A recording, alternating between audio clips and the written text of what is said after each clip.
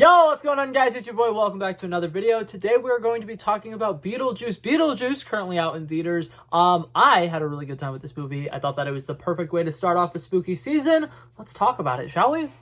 Modern movie review.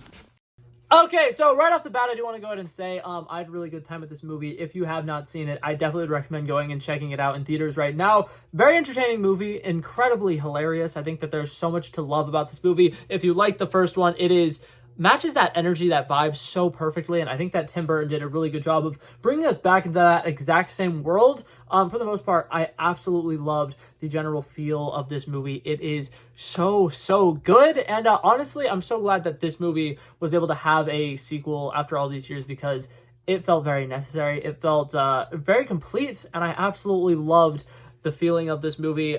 Being somebody who's a big fan of Halloween movies in general, I think that this movie perfectly encapsulated everything I would want in a spooky season movie. It's entertaining, very funny, very zany. Beetlejuice has a lot of very interesting moments where he's kind of like spooky and scary and slimy and disgusting. There are some really cool horror elements. The music is incredibly lively.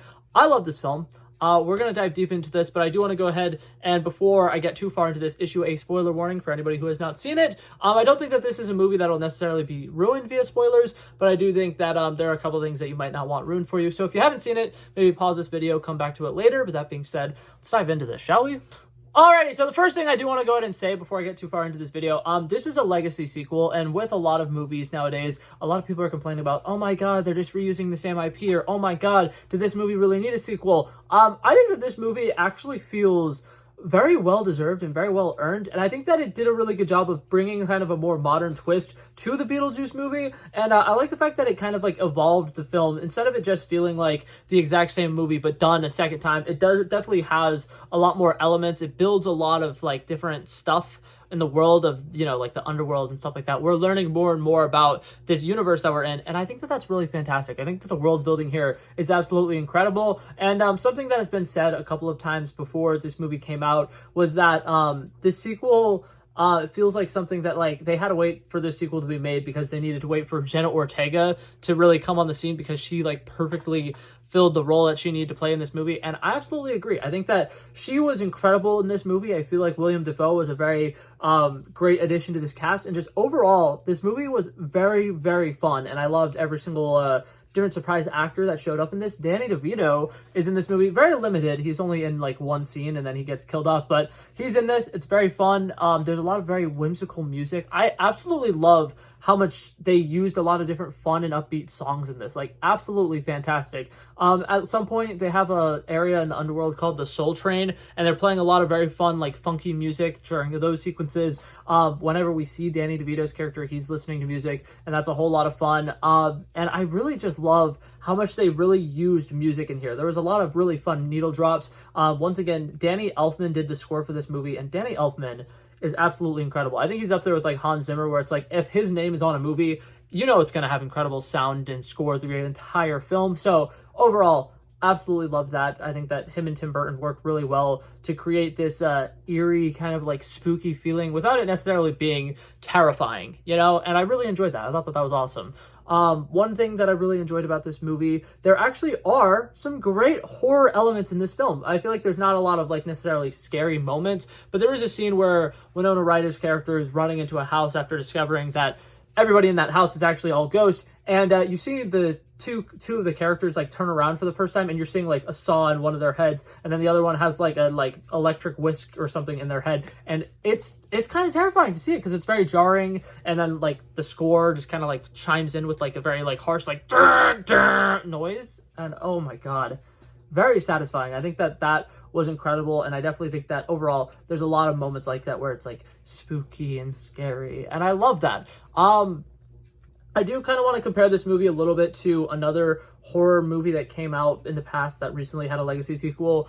The movie Hocus Pocus. Last year they had a Hocus Pocus 2, and it was really good. I really enjoyed it, and I feel like as with that one, where they kind of had like some moments with them like using like Roombas and like new technology to do you know, things that they've done in the past. I feel like they had a lot of fun moments like that where like Beetlejuice like doesn't fully understand some stuff that's happening or whatever, and he kind of makes jokes that are very outdated. And I think that they have a lot of fun in this movie and kind of putting a little bit of a modern twist on it. And I really enjoy that. I think there's a lot of fun to be had with this. I will say, for the most part, aside from the fact that obviously the characters are a lot older, it does feel like this movie still could have taken place in like the 90s or 80s. The only thing that took me out of that part of the movie is, for one, Jenna Ortega's character is constantly using a cell phone, and for two, there's a Tesla. And whenever they're driving around the Tesla in the movie, I'm always like, oh. I feel like that's a car that I don't want to see in movies anymore, because I typically do not get distracted by vehicles in movies. The Tesla took me out of the film immediately. I was just like, oh my god, that's not a Tesla, ew. But that being said, very minor little nitpicky thing. They are rich people because they're like artists, and they're like, what's it called? Winona Ryder's character now goes around and does like little ghost shows where like she'll go to like people's houses and see their hauntings and stuff like that. And it's like, it's cool. It makes sense. It seems like a good like transition for where their characters would have been from the past to now. She was raised by a bunch of like money hungry people, so she's going to be very, you know, needing money, needing wealth, and doing whatever she can to kind of get her time in the spotlight. So it makes sense. That's fun. But yeah, overall I enjoy all the characters in this. I do want to say this, Michael Keaton as Beetlejuice, absolutely incredible, brings so much comedic charm. Catherine O'Hara, in my opinion, absolutely steals the show. I think that she is the funniest character in this. She absolutely has like, I want to say she has probably like 7 or 8 different one-liners that just absolutely took me out. Like, they were just so funny, and her comedic timing is just absolutely incredible in this. And then throughout this, you know, movie, with all those like horror elements and like all the comedy and stuff, they also had a lot of time to bring in some heartfelt moments with Winona Ryder and Jenna Ortega's character, and them having like the stereotypical like the mother and her teen daughter aren't quite getting along, and then by the end of the movie they get along. I think that was awesome. I think that was fantastic, and overall the movie was fantastic. I think that from start to finish, you're looking for a very like lively, upbeat, comedic movie. It's going to be exactly that. There is a specific sequence towards the end of the movie that's like a fun little dance, whimsical musical scene that's very similar to the Banana song from the first movie. Is it Banana? What? Hey, Mr. Deli-Man, Deli and Bananas. Daylight. I don't know what that song is called, but that scene from the first movie, they have something that's similar to it in this movie, and it's incredible, and I love it. It's so fun. But yeah, that's pretty much everything I wanted to touch on. I think that one of the only other things that I want to say, the visual effects. I love that they decided to keep it kind of retro and not try to go over the top and make some like really cool CGI sandworms and stuff like that. Like, it felt tacky, and it felt really well like done. It felt very necessary.